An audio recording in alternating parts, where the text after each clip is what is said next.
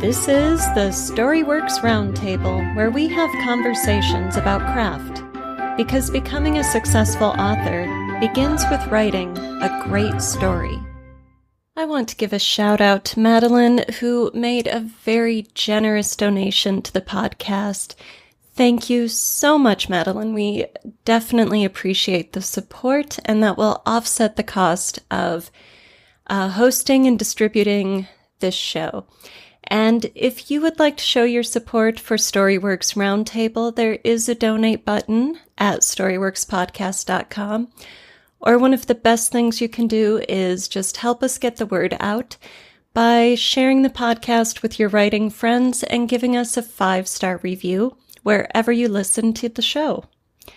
Thanks so much and Happy New Year. Hello and welcome to this week's Storyworks Roundtable. We are coming up on the end of the year, the end of 2018. So Kathryn, Robert, and I are going to do our traditional end of year 2-episode pairing. The first one, tonight's episode, is all about the end of the year motivation, lessons learned. Yeah, that's about it. End of year wrap up, lessons learned. What are we taking forward from 2018 to help us grow as writers? Would either of you like to start us off? We're jumping in. Jumping in. All right. Well, all right. So I'll start then. Give you guys a chance to ponder.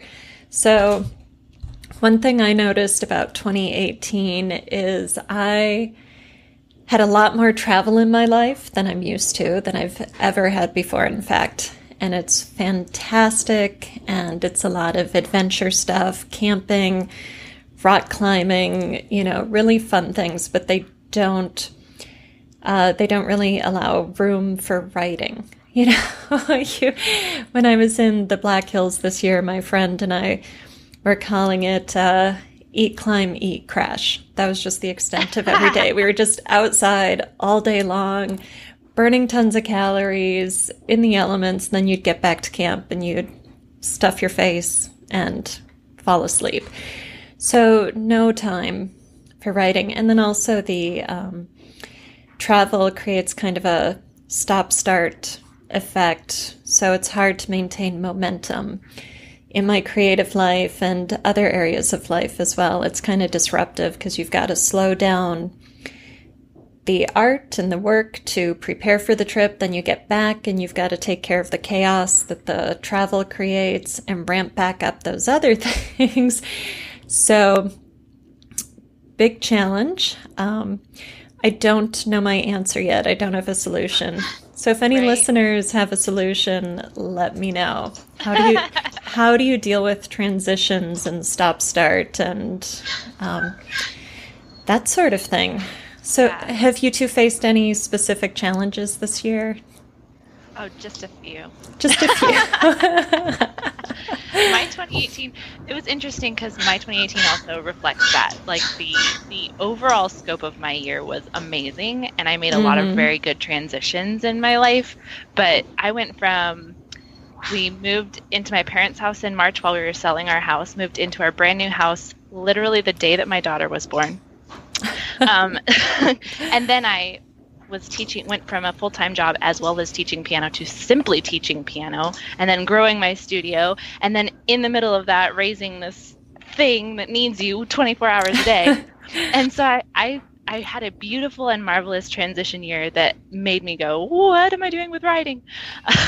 So it was a lot of forgiveness of myself. It's okay that I did not write today. It's okay that I am journaling instead of writing. It's okay that I'm focusing on the pre-writing. It's okay that I'm doing this. It's okay that I'm doing that.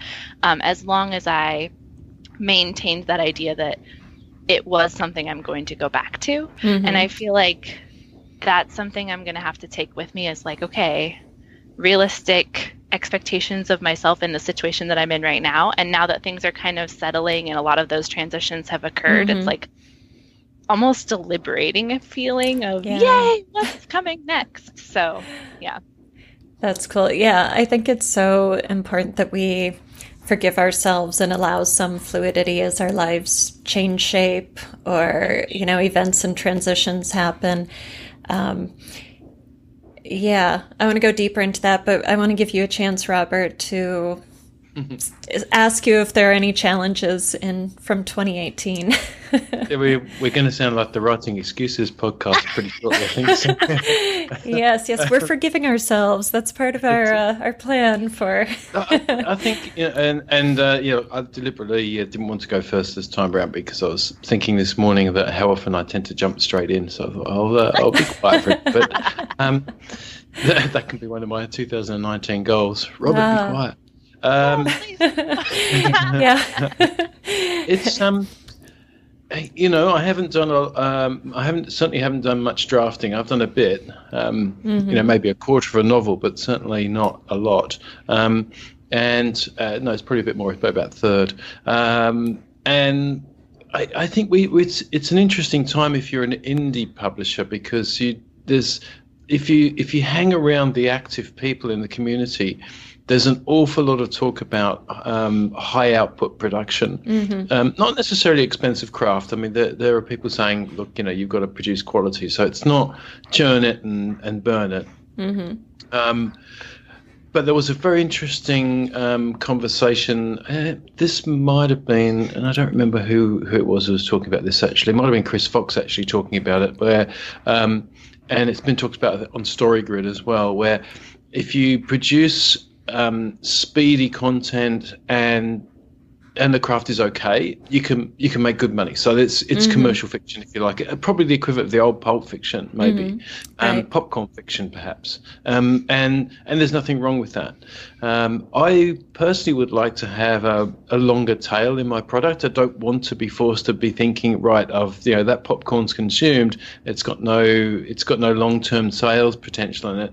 And I think not because of sales and marketing, but because of the fact that the craft was not didn't have traction.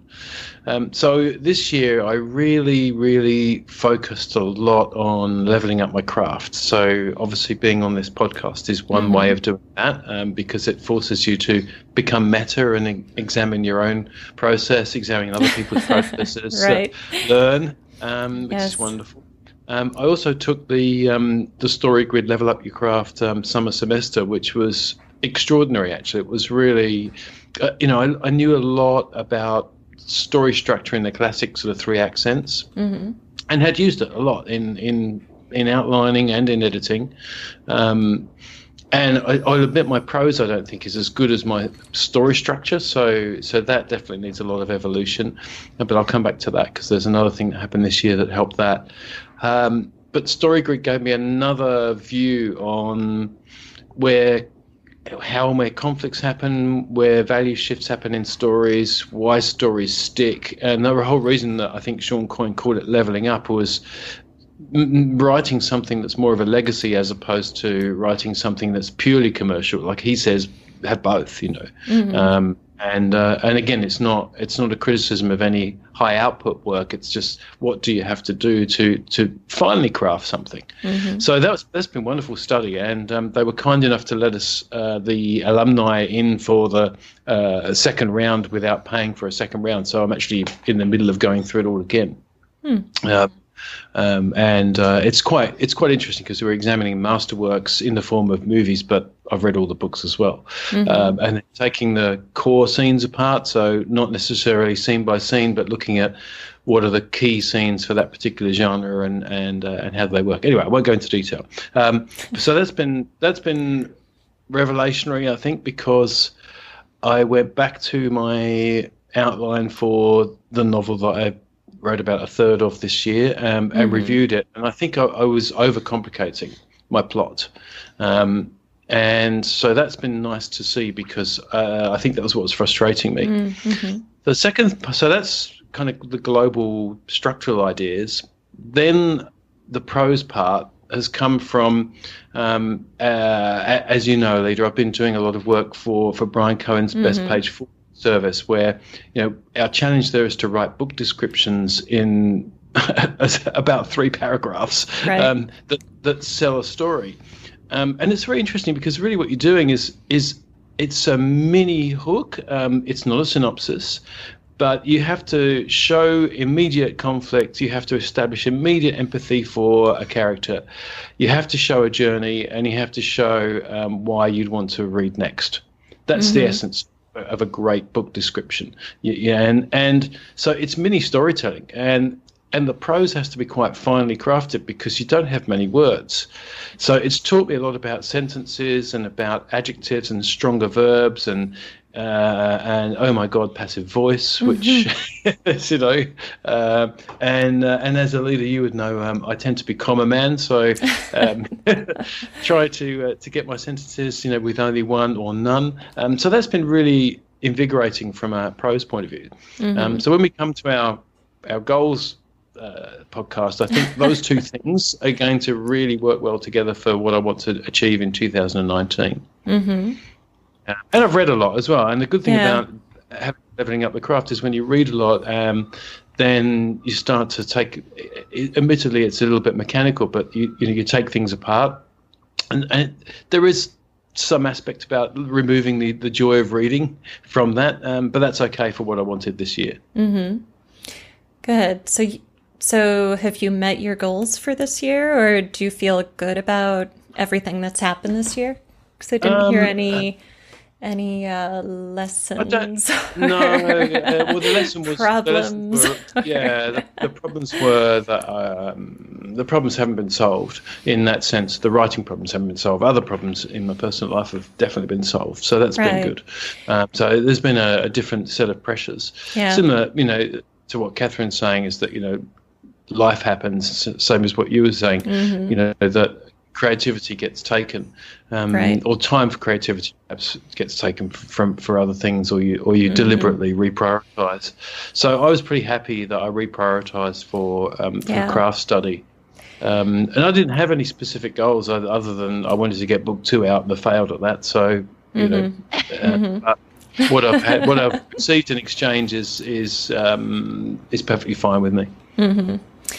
Yeah, it's interesting. All 3 of us have had years with lots of stuff going on, but not creative writing necessarily. I mean, I've been writing all year, but I don't have a book to show for it in 2018. And that was a bit hard to come to terms with after putting out, you know, 2 books a year for a few years and thinking, oh God, what if I think in October, November, I was feeling a little blue about it, going, okay, I don't have a book in my hands. I'm not working, you know, with Daria to design a cover for the next thing. What's going on? What did I do this year? Well, I had to look back and say, I did a lot. It just wasn't producing a book this particular year.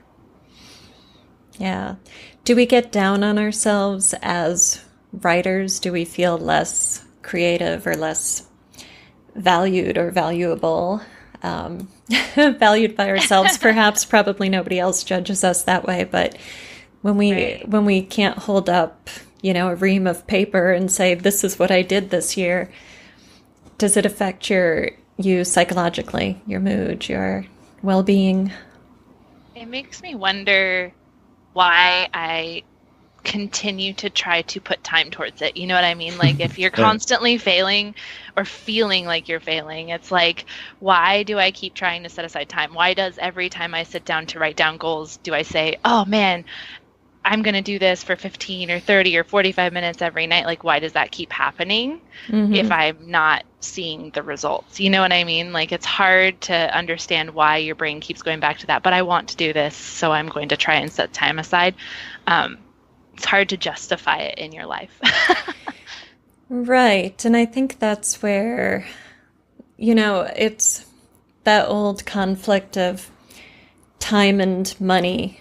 When it's your job, you're expected to do it because you're paid. And when it's your education, people expect you to go do it because you paid for it. You know, so if you're being a student or if you're being an employee to someone who's watching your clock, then everybody around you makes space for you to go do that. But when you're just saying, I want this time set aside, then, it starts to feel negotiable because somebody else, there isn't that money factor or that kind of big brother factor of the teacher or the boss or something. So I don't know, do you struggle with that, Robert? Or is that just something? No, there's definitely, I think you have, it's very, like I said at the start, especially I wouldn't say I'm not a heavy commenter, but I'm a heavy reader of some of the active Facebook groups, and it can definitely, prod you into comparisonitis of I should be doing that. And then even when I get away from that, there's still that sense that we know that writing is a long game, and we know that the probably the most successful writers in terms of, and not necessarily, I'm not talking about sales or awards or anything, but just those that produce work that people like. I wasn't reading this. Maybe it was a book blog or something like that, where there was actually a study done, and it's the plodders, the ones that write 1,000 words a day. They're the ones who get much further with a catalogue. And I'm not that. I'm definitely a binge writer, and I could continue to try to get myself into a habit of daily writing. And so that's the thing I think I've beat myself up about most, is I'll go through these periods where 10 days, 25,000 words, 30,000 words, no problem, and then 6 months nothing, but lots of thinking or restructuring, and I'm not one to think, oh, this is my grand project, this is the book that I'm going to release and it's going to change the world. It's not. I just want to get it out. But so yeah, there's definitely some guilt in there for sure, which is obviously not really a good thing. But right. But yeah, I mean, if you want to be a writer, you're supposed to be writing. So there's all that. That is the crux of the issue, isn't it? Yes. To be a writer, you must sit down and write. Yeah, I mean, I don't consider myself a binge writer, but I do struggle with the daily practice. And I find if I'm in the middle of a project, I have no problem spending hours every day working on that project. It's when I'm between projects or at the very beginning, kind of in that research and development phase where it can feel like I'm not putting in enough hours to really see progress because the momentum just hasn't built up yet. But yeah, well, definitely my determination is going to be down to making it that daily habit in the same way that, taking a shower or brushing your teeth or, all those other things that we've built and, baked into our lives. It's going to have to be the same for me, because otherwise I think I'm just going to, I love the craft. I'm definitely a story nerd and always have been. And that's probably what drew me to writing in the first place. I bought Robert McKee's story before I even considered writing. I was just curious about story. So it's obviously in the DNA somewhere to be that creative. But I haven't broken the back of that making it my daily work. Right. So I've got a suggestion / maybe a challenge for you two, for us three, and all of our listeners. And I think we'll repeat this in our partner episode as well. So I took a novel writing course when I was in my MFA program. And each week we had to have 10 new pages written. So at the end of your semester, you've got, roughly half of a novel in your hands. And we had to bring the pages into class each week.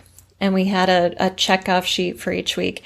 And we had to give our pages to a partner who looked and saw that, yes, it really is 10 pages. And yes, they are new. They are actual new pages. It's not Laura Mitchell.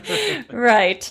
It's not The Shining, all work and no play makes Jack a dull boy for 10 pages.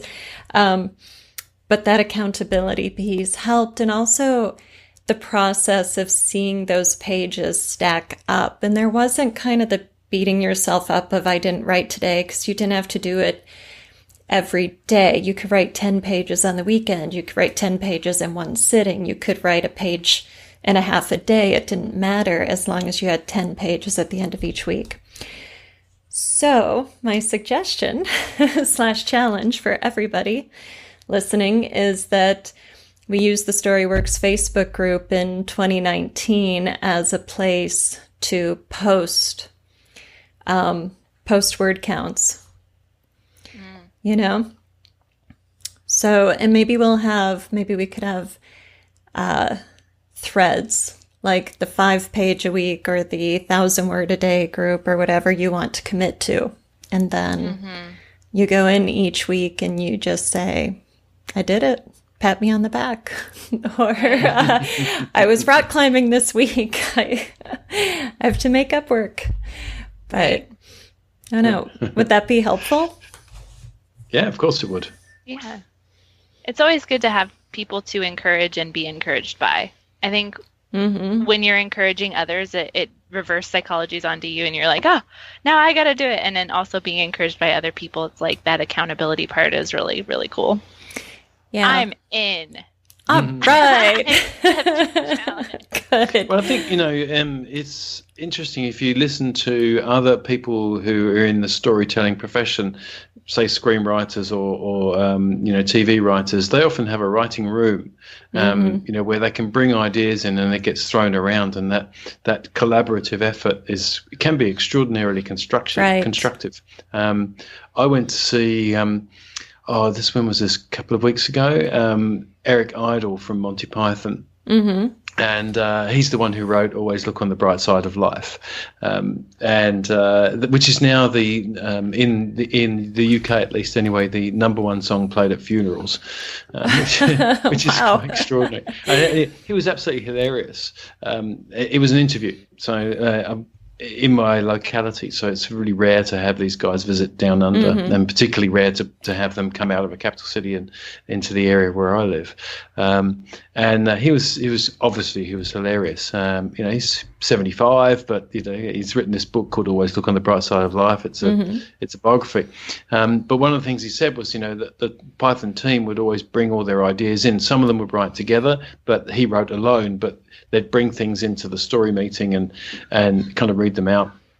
If people laughed, it was in the show, and if they didn't, they sold it to the two Ronnies, and so it was quite funny.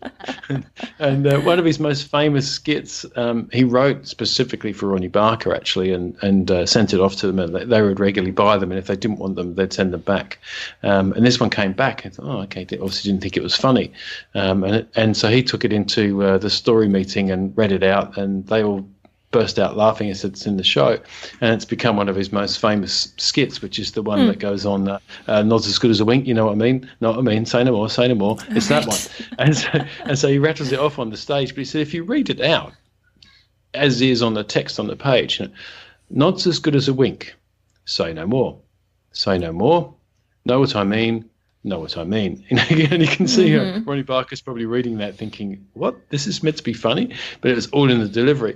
So I think when you're writing a novel by yourself, you miss sometimes that delivery, and that camaraderie that comes in a group is part of, I think, reconnecting, and part of why, we go out to cafes and we get the vibe thing. Because sitting in front of a screen or just dictating whatever, it's not necessarily lonely, but it's isolated, And so I think that connection, however it is, whether it's to do with, which is what I've written today, or just a craft question, is extremely valuable. And now that we live in this connected world, extremely powerful.